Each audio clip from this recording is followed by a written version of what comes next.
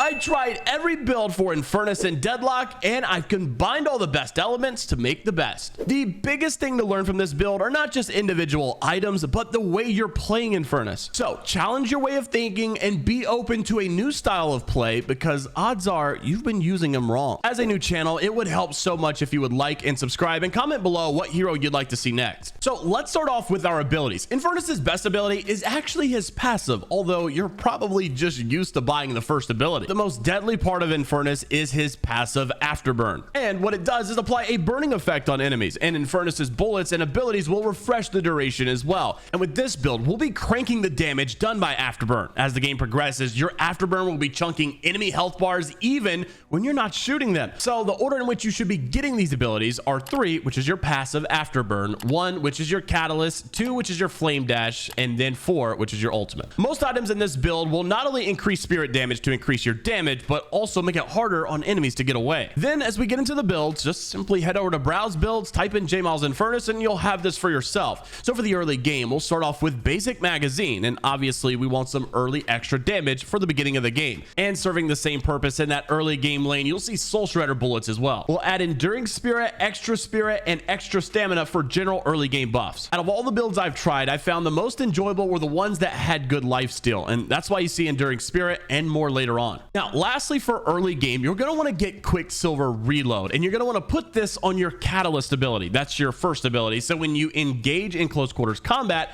you'll get a fire rate buff and your gun will automatically reload. And that sums up our early game abilities. Now you're going to want to farm for about 15 minutes and then go back and get Ricochet. Ricochet is going to allow you to have 35% plus ammo, 12% plus fire rate, and plus 150 bonus health. Sounds crazy, but this is one of my favorite items in the game because it makes clearing so much easier. Now, as we advance on in the mid game, we're going to start focusing on our damage and survivability. So we'll start off with Spirit Lifesteal and Mystic Vulnerability. Spirit Lifesteal giving you that 23% Spirit Lifesteal and bonus health of 75, and Mystic Vulnerability giving you 6% spirit resist, and you'll see that it's a component of another item we'll buy later. Now to start bumping up our damage more, we'll go with Toxic Bullets and Titanic Magazine. Then one of the most underrated items you'll buy here is Duration Extender, because it'll not only extend the effects of Afterburn, but all of your abilities, allowing them to have more uptime overall. Once again, I reiterate, do not underestimate your passive Afterburn. It's the same concept of shooting souls. Doesn't seem like that big of a deal in the moment until you get to the end of the game and you realize just how much you've done. Now you're probably not going to have enough souls for the next 4 items, but you definitely want to grab these when you can, hence the title, when you can. And that's Improved Spirit, which does give you plus 21 spirit power, plus 3 health regen, plus 1 millisecond sprint speed, and plus 100 bonus health. We've also got Enduring Speed and Superior Stamina. Not a crazy deal to rush these to buy, but definitely grab these at some point to get around the map faster and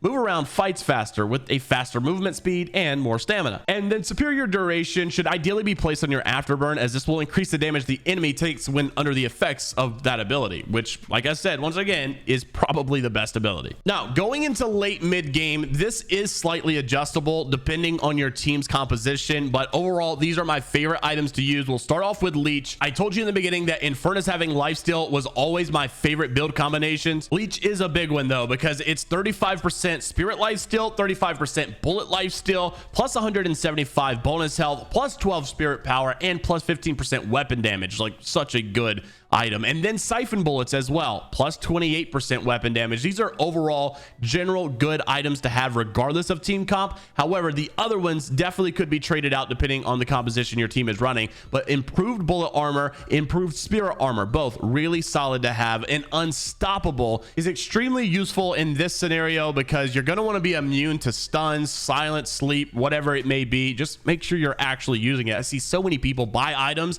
that don't even activate them. And then we have Diviner's Kevlar, which is another 20% spirit lifesteal and 12% cooldown reduction. Now, as you start to get deep in the game, you're going to want to crank up some of that damage. So this is going to be a massive ramp up phase where you're going to go Escalating Exposure, which will give you 15% spirit resist, plus 125 bonus health, and minus 15% spirit resist on spirit damage. You'll go Crippling Headshot as well to get 20% weapon damage, 10% bullet lifesteal, and 10% spirit lifesteal, where headshots reduce targets bullet and spirit resist. Then you'll go Spiritual Overflow. you'll get 20% fire rate improvement, 15% cooldown reduction, and 10% spirit lifesteal. Now, we've also got some extra items. However, just be aware you may need to sell some of your earlier game items in order to afford these. So this is Silencer, which once again you'll have to activate, but it's 25% bullet slow proc and 20% weapon damage as well. Then you've also got Metal Skin, which gives you 125 bonus health,